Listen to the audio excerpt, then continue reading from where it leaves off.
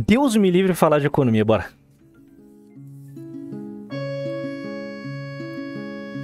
Vou tentar evitar a quantidade de palavrões que geralmente eu utilizo. Oi, tudo bom?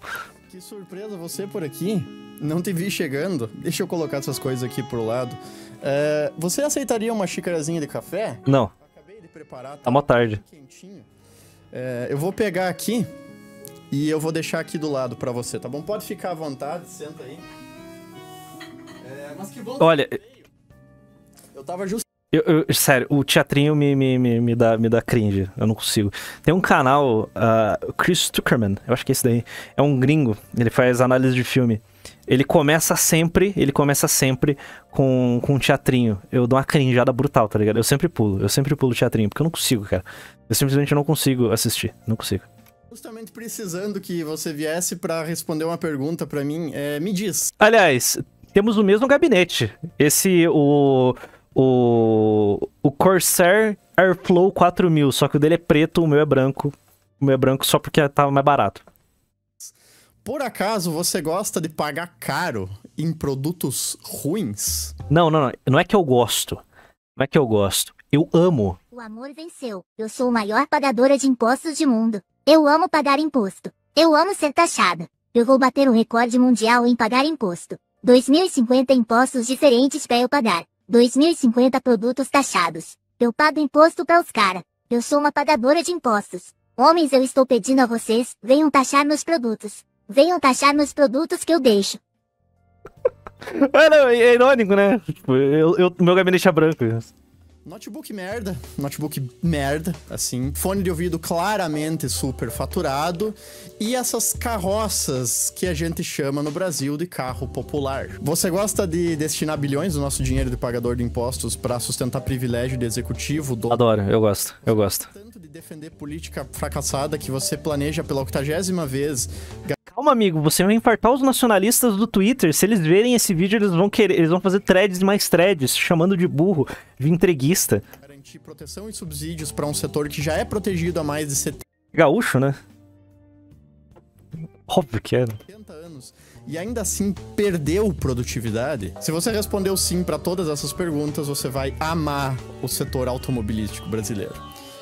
E você é maluco também, só pra constar. Quem me conhece sabe que eu já não gosto da indústria brasileira como um todo, salvo raras exceções. A indústria brasileira ela é uma merda. Eu falei que ia parar de falar palavrona. A indústria brasileira ela é horrível. Ó, que beleza. Ela é horrível de ponta a ponta. Ela é defasada em tecnologia. Tipo, o que aconteceu com a nossa indústria pra gente chegar nesse ponto? Basicamente protecionismo. Gerou todos os incentivos que você pode imaginar para não ter competitividade, para não ter desenvolvimento tecnológico, para não ter aumento de produtividade aqui dentro. A gente foi criado um monte de oligopólio, de monopólio financiado com o nosso dinheiro ou com impressão. E é isso aí, a gente basicamente nunca teve indústria. Por um período a gente começou a produzir um monte... Qual foi a mentalidade por trás disso daí? Basicamente é substituição de importações. Em vez de você comprar manufaturas de fora, nós produzimos internamente. Basicamente essa foi a mentalidade incutida em toda a América Latina. Para quê? Para fomentar o desenvolvimento. Deu certo em algum lugar? Não. A substituição de importação foi um fracasso em todos os países do mundo. Tentaram essa porra, que basicamente se resume à América Latina. CEPAL, é muito chato. Cara, quando você chega no curso de economia e você começa a discutir CEPAL, meu Deus do céu, porque tipo, é uma escola de pensamento inútil criada pela ONU. Um monte de latino falou, vamos criar aqui um modelo econômico que funciona exclusivo para a América Latina. Não deu certo, ninguém usa. É velho, é ruim. É um modelo que nunca funcionou. As ideias da CEPAL nunca funcionaram em lugar nenhum. Então, basicamente, o Brasil virou um país trabalhista, cheio de barreira de mercado, um monte de proteção externa. O que aconteceu? Você criou esse mercado todo travado, todo protegido. Quando o Collor chegou, eu falo isso no documentário do Collor, o Collor abriu o mercado, a nossa indústria nacional virou pó. Eu reclamei, eu acho que na live, no react passado, né, ontem, que nós não temos indústria. A gente não precisa de protecionismo excessivo para desenvolver uma indústria. O que deveria ser... A ideia do protecionismo, ele sempre foi, tipo... Vamos levantar barreiras para proteger a nossa indústria incipiente. Quando ela chegar no nível de competitividade com lá fora, nós começamos a diminuir essas barreiras a chegar a um ponto que a gente pode derrubar algumas delas, porém, seguimos protegendo a nossa indústria nacional. Padrão. Assim, a Alemanha faz isso. A Alemanha defende a sua indústria automobilística a ferro e fogo, irmão. A ferro e fogo. Eles não baixam... Tipo, toda a palhaçada woke ambientalista não toca na indústria automobilística alemã. Não toca. Não toca. Eles bancam... Vocês acham que, olha, o governo alemão está proibindo os motores a combustão? Não, eles não estão proibindo. Quem está proibindo é a própria indústria automobilística. Porque é uma aposta. É uma aposta de que, olha, o governo os governos vão proibir os motores a combustão, portanto, nós vamos poder revender para esse gado imundo novos veículos. Por quê? Porque os veículos deles, que funcionam a petróleo, não vão poder rodar mais. Pronto. Vai ter que renovar a frota. Eu acho que, se eu não me engano, a frota europeia é de 500 e poucos milhões de veículos.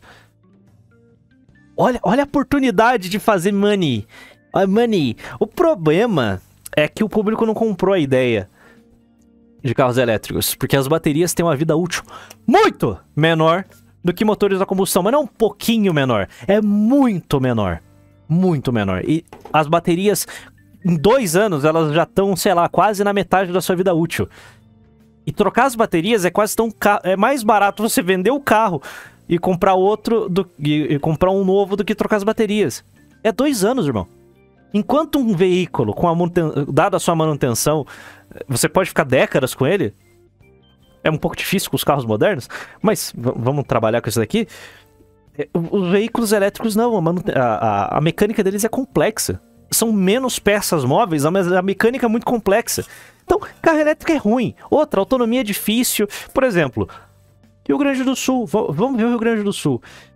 Os donos de veículos elétricos, o que eles fazem? A rede elétrica caiu. Porto Alegre ficou 5 dias sem luz.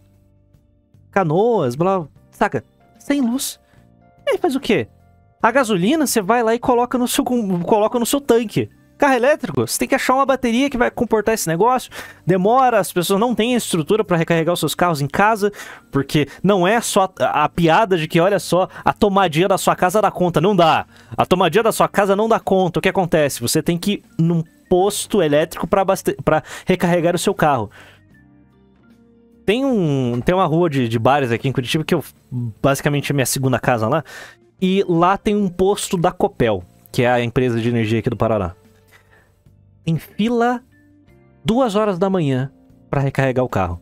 Fila pra recarregar o carro. Porque os otários não têm como recarregar no apartamento deles, na casa deles. Então eles têm que sair de casa, ficar lá meia hora, 2 horas. É patético. É uma ideia horrível. É uma ideia horrível.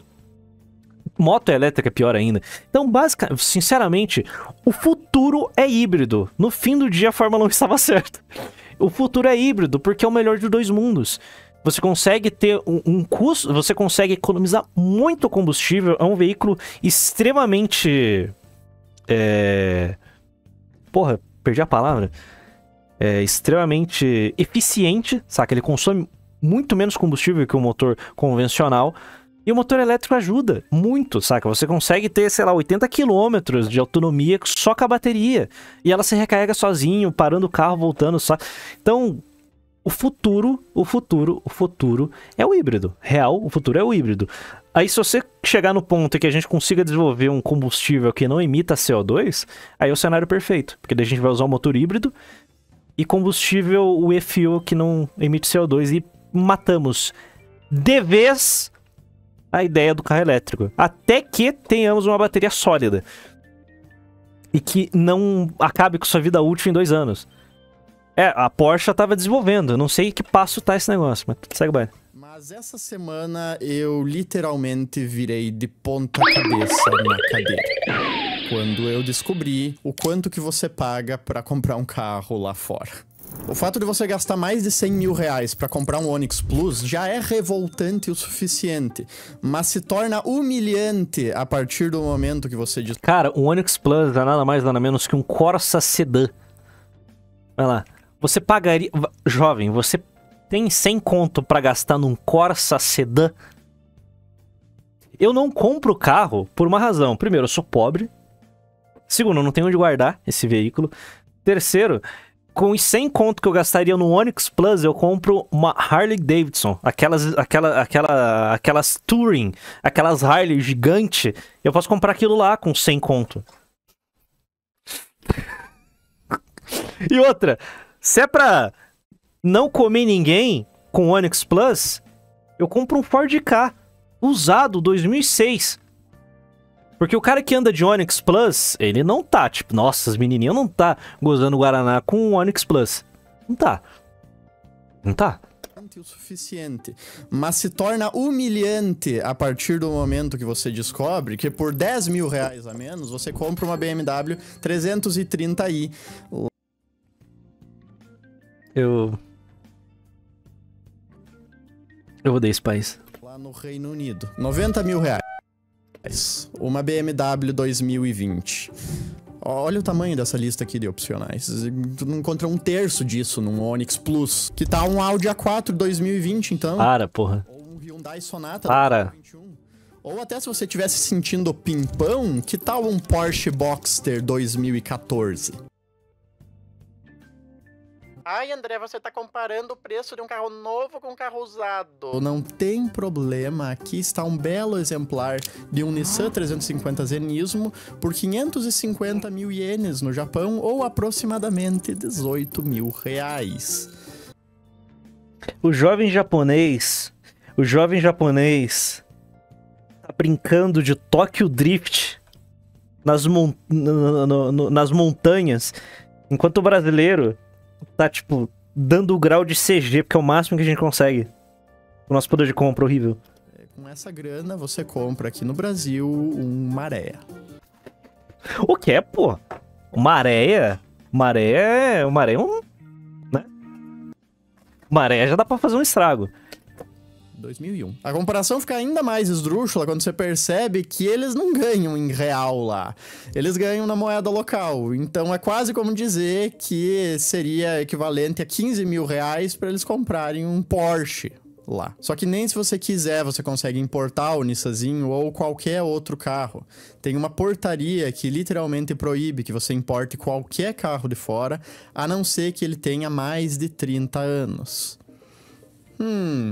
Eu imagino por que será disso, hein? Se você for olhar a notinha explicativa do DSEX que emitiu a portaria, você vai ver que a liberação de importação... Bolsonaro derrubou essa portaria, ele podia ter derrubado, né?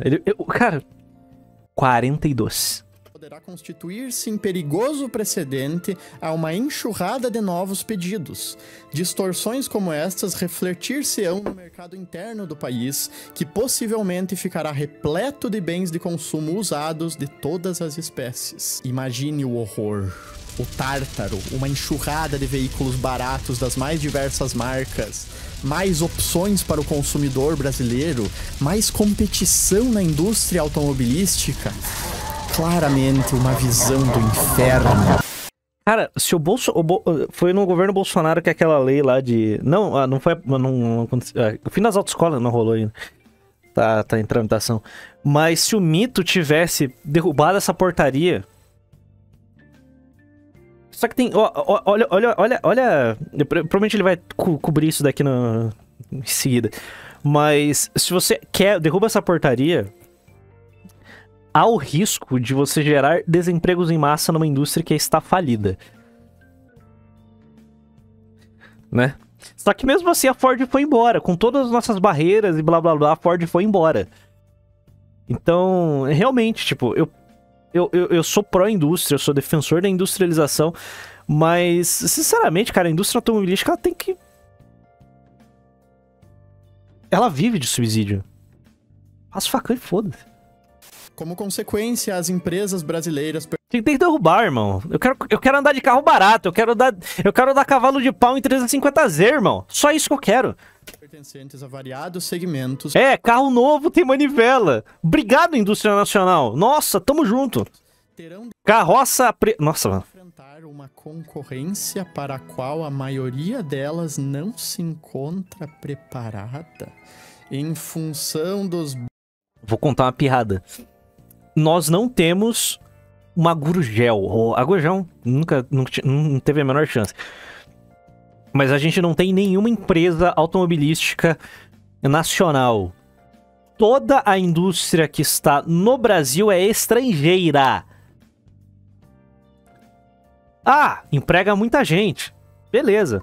Vou fazer uma pesquisa no Google. Quantas pessoas trabalham... É que não é só as pessoas que trabalham nas fábricas. Tem toda a cadeia de suprimentos em torno. Então, tipo...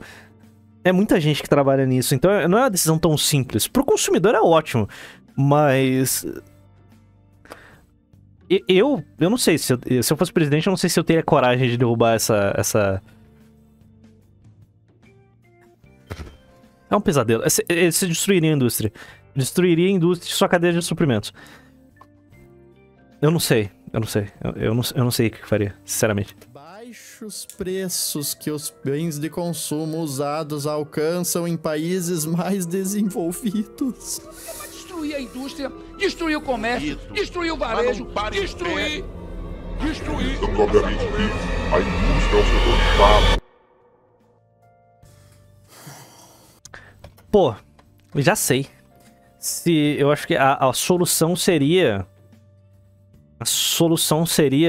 Olha, gringos, vocês querem ir embora do Brasil porque nós derrubamos a barreira a importação de veículos usados? Vai embora. Vai embora. Eu, Estado brasileiro, vou tomar as suas fábricas e vou criar uma empresa estatal para produzir veículos. Pronto, resolvido o problema.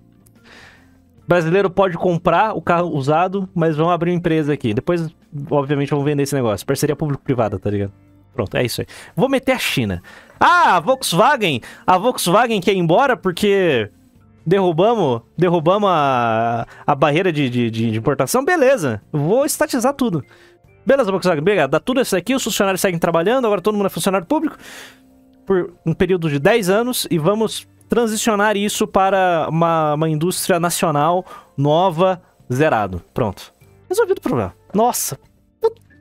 Imagina a pressão. Eu provavelmente seria morto. O carro do povo. Beleza, é isso. A empresa é o carro do povo. Que também a sigla seria CP. Ou seja, não dá pra ser carro do povo. Porque é a VW, né? Tá, vamos lá. Qual que é o problema real aqui? Por que a gente paga tão caro aqui e é tão mais barato lá fora? Vamos começar pelo óbvio. Impostos. Até onde eu sei, a carga tributária sobre automóveis no Brasil é a maior do mundo. Mas eu não tenho 100% de certeza disso, porque eu não pesquisei muito mais a fundo do que a primeira página do Google. 49%, cara. Ou 49% de imposto. Cara, aquela curva de Laffer, né? Eu acho que é, né? Cara, 49% de impostos, cara. Numa indústria... Uma indústria moribunda.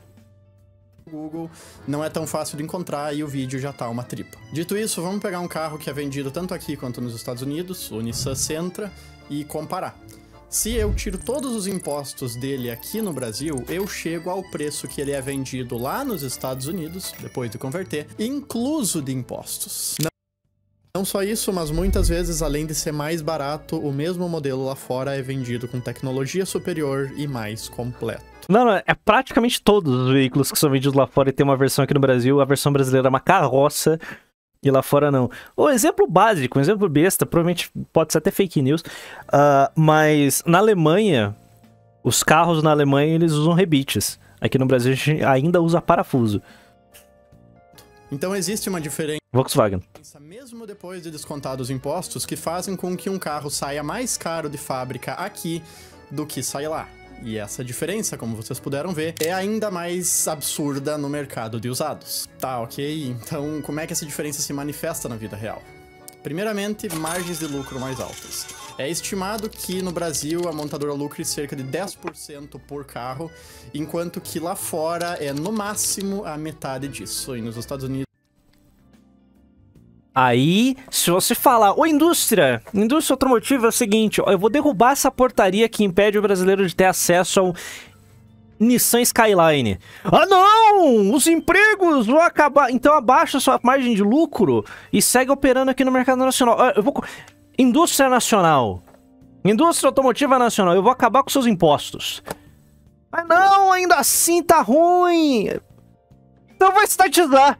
É isso aí, vou criar a empresa brasileira automotiva. Pronto. A EBA. A EBA. Todo mundo vai andar de EBA aqui no Brasil. Acabou. Todo mundo vai andar de EBA. Acabou. É isso. Resolvido o problema. Carro a preço de custo. É de 3%, ainda menos. Não tem jeito exato de saber disso, porque até onde eu sei o balanço dessas montadoras não é Brascar. disponível publicamente. Então essa informação vem dessa... Vocês querem andar de EBA? Eu quero. Tá tudo em casa. EBA. Orgulho nacional. aqui de alguns anos. Exato, cara. Se você oferece, ó, empresa, eu vou cortar os seus custos, eu vou cortar teus impostos, mas abaixa a sua margem de lucro pra continuar operando aqui de maneira competitiva com os carros usados que vão entrar no Brasil. Não quero!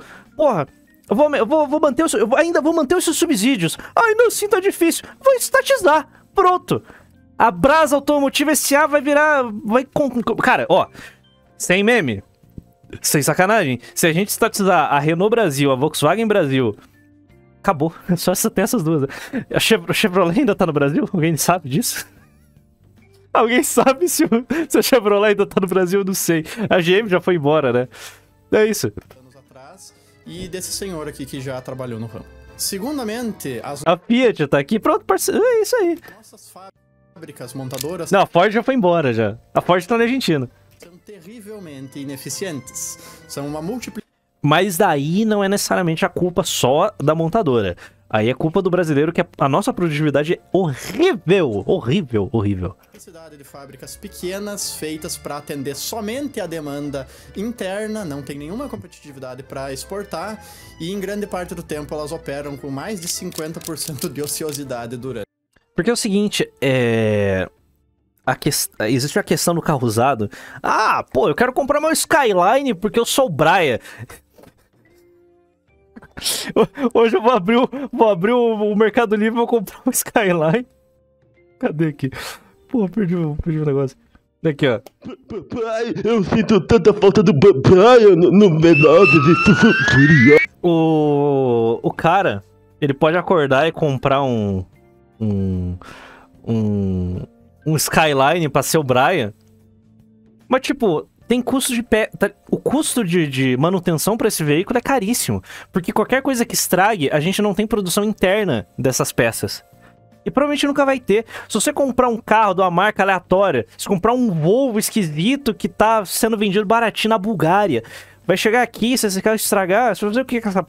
Não tem, é sucata. Porque vai ser muito difícil você arrumar.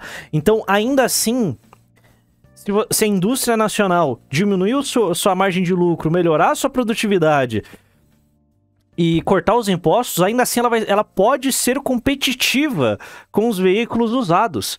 E se mesmo assim a indústria que está aqui no Brasil não quiser aceitar essa condição, será estatizado e se tornará Brascar. Tá, mas por que as coisas são assim? Por que as nossas fábricas são mais ineficientes e mesmo assim elas conseguem cobrar mais da população? Justamente por isso. De 70 anos de política industrial. Nossa. Nossa. Nossa. E a Coreia do Sul, hein? Hã? Eles são japoneses e coreanos, eles não são latinos. Ah, ele não fala do Japão e da Coreia do Sul, que também foram protecionistas. Os Estados Unidos também foi protecionista. Todos os países do mundo. Ah, você acha que os Estados Unidos não foi protecionista? O cara quer transformar o Brasil num fazendão de livre mercado.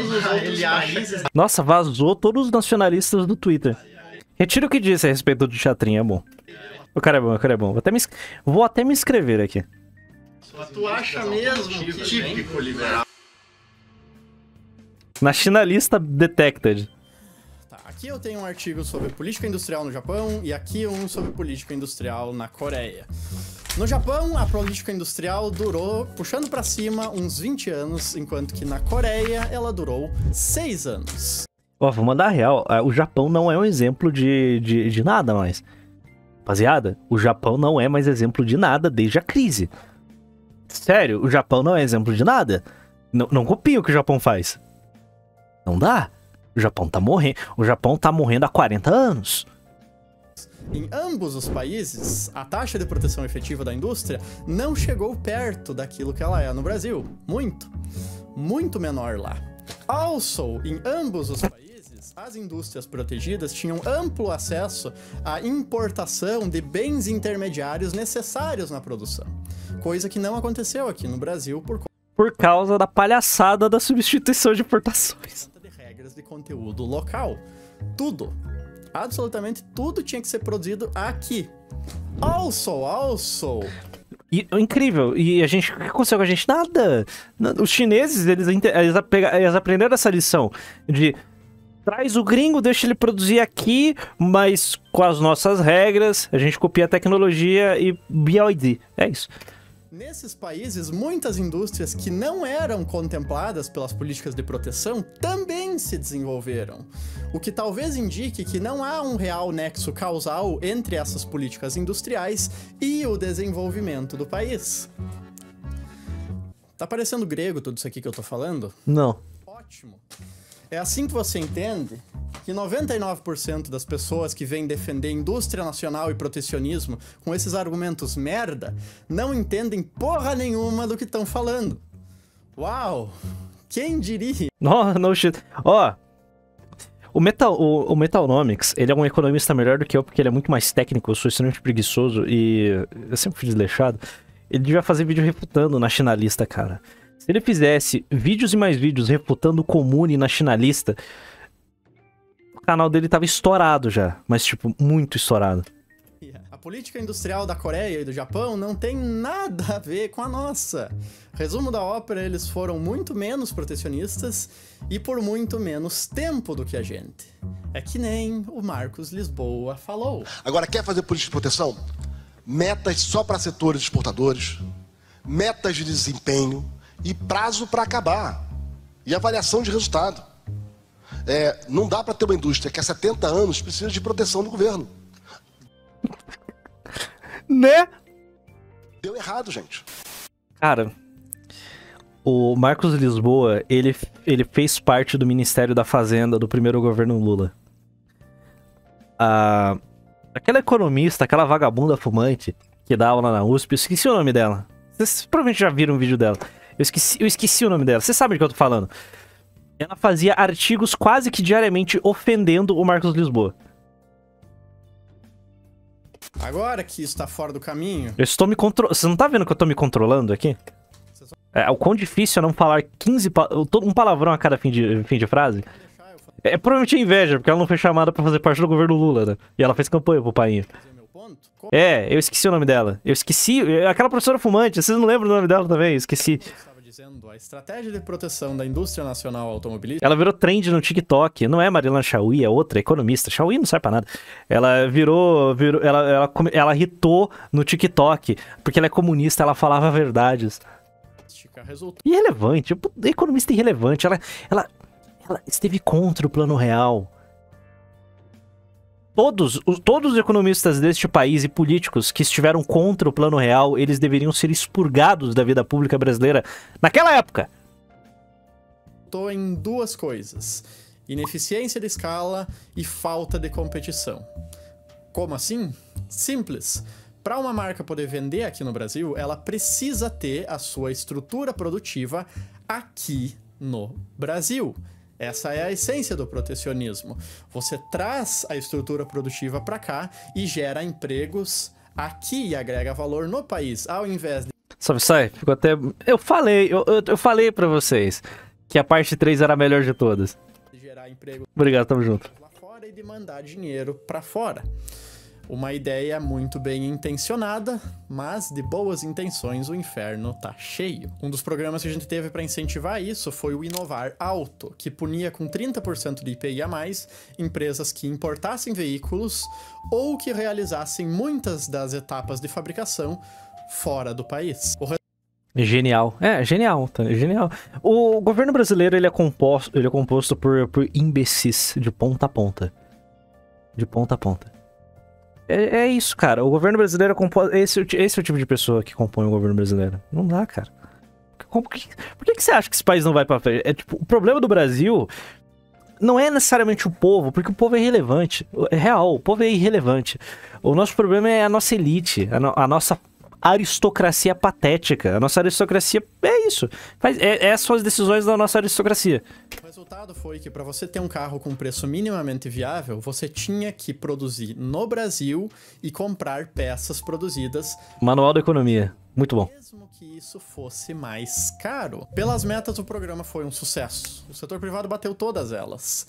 Teve fábrica da BMW, fábrica da Audi, fábrica da Jaguar. E mesmo assim, o programa foi uma merda. Por quê? Porque a coisa mais importante para um programa desses dar certo não foi considerada. Produtividade. Deixa eu dar um exemplo mais tangível para vocês. Essa aqui é a fábrica da Land Rover em Itatiaia, no Rio de Janeiro. Ela produz uma média de 3.000 carros por ano. Qual que é o problema disso? O problema é que essa é a quantia de carros produzida pela fábrica da Land Rover na Eslováquia em uma semana.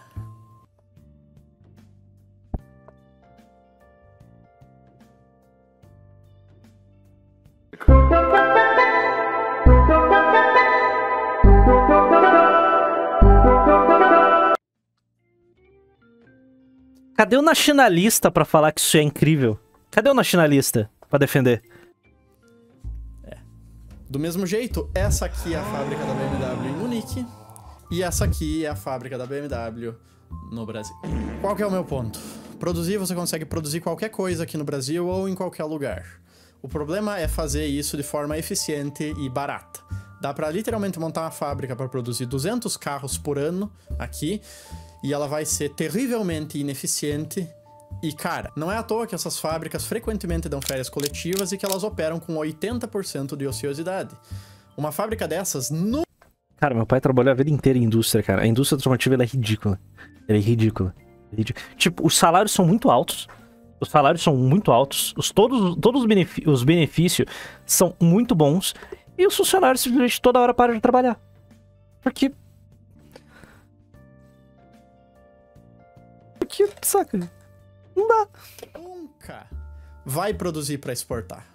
Elas só produzem para atender o mercado interno e porque a gente não pode importar nada.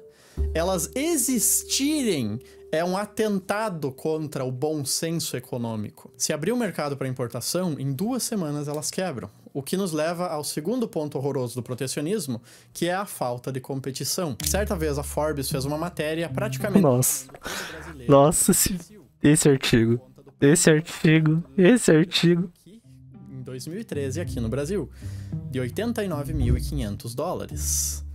Esse mesmo carro saía por 28 mil dólares em Miami, nos Estados Unidos, onde a renda média é pelo menos umas 5 vezes maior. Pra você ver como a pecha de imbecil é bem merecida. Quem dera o problema fosse só preço. As carroças que a gente compra aqui e chama de carro popular não seriam plausíveis para um americano ou para... Não, nem um pouco. Mesmo jeito que se você entregar um note da Positivo para eles, eles vão te olhar com pena. Quase como se você fosse um Neandertal, um ser atrasado, preso com um pedaço de tecnologia primitiva, tal qual os maias, que usavam aqueles blocos de concreto e diziam que era uma... Eu fiz uma pequena pesquisa de mercado para montar os rigs de edição para abrir o escritório. Os custos são monumentais, irmão. Os custos que eu vou ter pra abrir esse negócio, um moleque trabalhando no McDonald's conseguia montar a mesma empresa aqui, ó. Calculador. E se vê um nos Estados Unidos. Carro lançado em pleno 2023 ainda ter manivelas. Muito bom. No banco traseiro para abrir os vidros não te convence disso que eu estou falando. Mas é maravilhoso. Vamos para uns dados concretos. De acordo com aquela matéria da Auto Sport, o Renault Zoe não passa por modernização significativa desde 2010 e saiu de linha em 2023 sem substituto no mercado brasileiro. Incrível. O Nissan Leaf não passa por modernizações importantes desde 2017. A nova Saveiro utiliza a mesma plataforma há 14 anos sem mudanças de geração e sem portas traseiras. A Tiguan no Brasil tem uma configuração defasada em relação... Sabe por que é a Royal Enfield? Eu tive duas Royal Enfield. A Royal Enfield tá comendo o mercado brasileiro, tá pipocando essa marca pra tudo quanto é lado, porque eles fazem o mínimo, sabe? Eles estão inovando. Enquanto, tipo, Yamaha, Honda e Suzuki são a mesma coisa. A única coisa que eles mudam é a cor do tanque e uns adesivos na CG, na Phaser e não sei lá o que tem na Suzuki. Eu nunca entrei na loja da Suzuki. Então, tipo, a Royal Enfield entra com preço competitivo, um monte de coisinha diferente, tá vendendo igual água. Tá ressuscitando o mercado que tava morto aqui no Brasil, que é de custom. É uma carenagem de plástico que não muda! Não muda nada! Cara, a CG... eu acho, se eu não me engano, é a mesma coisa desde o início da década passada. É a mesma coisa. A mesma coisa é Nossa, mano, é ruim. É simplesmente muito ruim. Em relação ao modelo vendido na Europa, o Corolla Cross tem suspensão melhor nos Estados Unidos, a Renault Duster e a Oroch são praticamente as mesmas desde 2010, e a Citroën vende o modelo do C3 aqui, que não tem nada a ver com o modelo que é vendido na França. Incrível. A injeção eletrônica só chegou no mercado brasileiro em 1993, uma versão horrorosa e ultrapassada chamada de monoponto, sendo que a gente só teve a adoção em massa de injeção eletrônica nos carros populares a partir de 96. Sabe quando que a injeção eletrônica chegou pela primeira vez no mercado americano? 1957.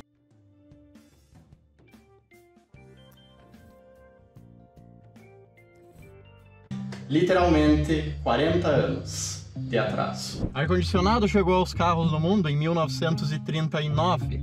No Brasil, isso só aconteceu em 1966. Hidroelétrico começou a se popularizar no mercado americano em 1941, enquanto que no Brasil só chegou em 1981. E aí, nacionalista? Eu queria saber a opinião dos nacionalistas do Twitter sobre isso. Estão entendendo aonde eu quero chegar? Você pensa que por todo esse tempo, quase um século, a indústria automotiva brasileira foi protegida. Pra quê? Para você pagar 1/3 de uma... Eu abri crinjando aqui falando de empregos. Vamos tacar fogo em tudo? Vamos tacar fogo em tudo e abre o nosso mercado. Esquece. Não dá pra... Realmente não dá pra salvar. Manual da Economia, meu querido Manual da Economia, você me convenceu. Me convenceu de novo, né? Vamos explodir, vamos queimar toda a nossa indústria. É isso, não serve pra nada, cara. Uma casa num carro novo? Pra Ford ter saído do Brasil? Qual que é? É isso, é a melhor parte, cara. O fato de que a Ford saiu do Brasil é a melhor parte de todas. É o ponto mais engraçado. A Ford ter saído do Brasil com todas as proteções e benesses. O que a gente pode fazer em relação aos preços dos carros aqui? Em termos do que você pode fazer, é bem simples. Não tenha carro. Anda a pé, de bicicleta. Comprar uma moto. Pega um ônibus, usa o transporte público brasileiro. Não. Cara, eu tranquei minha faculdade por por um ano pra eu tirar minha carteira e comprar uma moto, porque eu odeio andar de ônibus. Odeio. Eu tenho alergia a ônibus. Vai ser uma maravilha. Ou se muda pra outro país. Em relação ao... Quanto a isso, tem a SETI que pode te ajudar a sair do Brasil. Que poderia ser feito em termos de políticas públicas, e ênfase no poderia, porque isso não vai ser feito, também é bem simples. Dá um prazo, 10 anos, vamos dizer, para a descontinuação dos subsídios e o mesmo prazo para a abertura comercial para a entrada de importados. E por que isso não vai ser feito? Porque mesmo uma abertura comercial gradual iria quebrar a ampla maioria dessas fábricas pequenas de automóveis que existem no Brasil. Não tem como escapar. E numa economia de mercado saudável, é isso mesmo que acontece. Empresas ruins e ineficientes quebram. Exato. Empresas boas e competitivas sobrevivem. Destruição criativa. Para existir uma Netflix, precisaram quebrar milhares de locadoras. Só que isso cria um custo político muito grande, porque os prejuízos de você acabar com o protecionismo são focalizados e muito visíveis, enquanto que os benefícios são difusos. E tem outro problema, acho que é o mais grave, voltando para a questão do emprego, que é a parte cringe, que os ANCAP que ouviram o início do corte deve ter enlouquecido a hora que eu falei, é que o Brasil não tem indústria, bicho. Você tem noção que a indústria brasileira é patética? E não existem os incentivos para você abrir uma fábrica nesse país? Não existem os incentivos para você abrir uma fábrica nesse país. Então todos os milhares de homens que trabalham na indústria automotiva, se eles ficarem desempregados, eles vão trabalhar onde? Real. Tipo... a que tinha já era. E o que sobrou é ineficiente.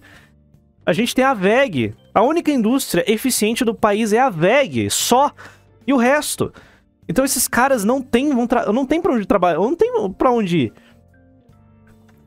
Então, é realmente uma questão muito difícil. Eu acho que antes de você passar o facão na indústria automotiva, que é patética, a gente devia, de novo, com as pessoas certas, né? Em vez de ter um monte de nacionalista, coloca um monte de liberal pra comandar esse negócio, passar por um processo de reindustrialização. É isso, com as pessoas certas coordenando essa operação inteira. Sem nacionalista, não precisa fechar o Brasil de novo, não. Reiniciar um processo de reindustrialização. Aí você passa o facão na indústria automotiva, ou ela se adapta ou ela quebra, mas as pessoas vão poder trabalhar. Tem eu. Confia no pai, deixa no colo do manual da economia. A gente opera isso daí. Como faria? Não sei, irmão, não é um trabalho de uma pessoa só. É centenas de pessoas para idealizar um negócio desse. Então, a solução seria formatar a indústria do zero. Porque, caso contrário, se você passa o facão na indústria automotiva, você vai... Curitiba Boys. A gente precisa dos Curitiba Boys. Como reindustrializar? Cara, eu não sei. Eu só sei que a gente precisa reindustrializar. Como? Passo a passo eu não faço ideia. E difíceis de estimar. Ninguém quer ser o presidente que foi o responsável por fechar 5 montadoras e acabar com 40 mil postos de trabalho, diretos ou indiretos. E é exatamente por isso que essas políticas tendem a se estender tanto.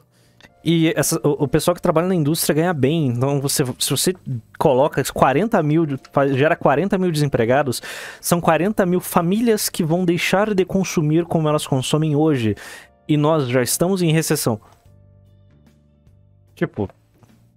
As consequências de você deixar essas pessoas desempregadas, ela vai além da rede, da cadeia de suprimentos que mantém essas fábricas deficitárias de pé. É o mercadinho do bairro que vai perder 2, 3 clientes. E eles já estão trabalhando no seu limite. Cara, a nossa economia ela está em frangalhos.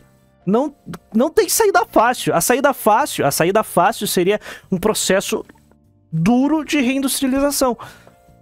Claramente o governo Lula não vai fazer isso. Claramente o aparato, o estamento burocrático brasileiro, o sistema brasileiro não quer fazer isso. É um pesadelo. É realmente um pesadelo. É um pesadelo. E não acabar.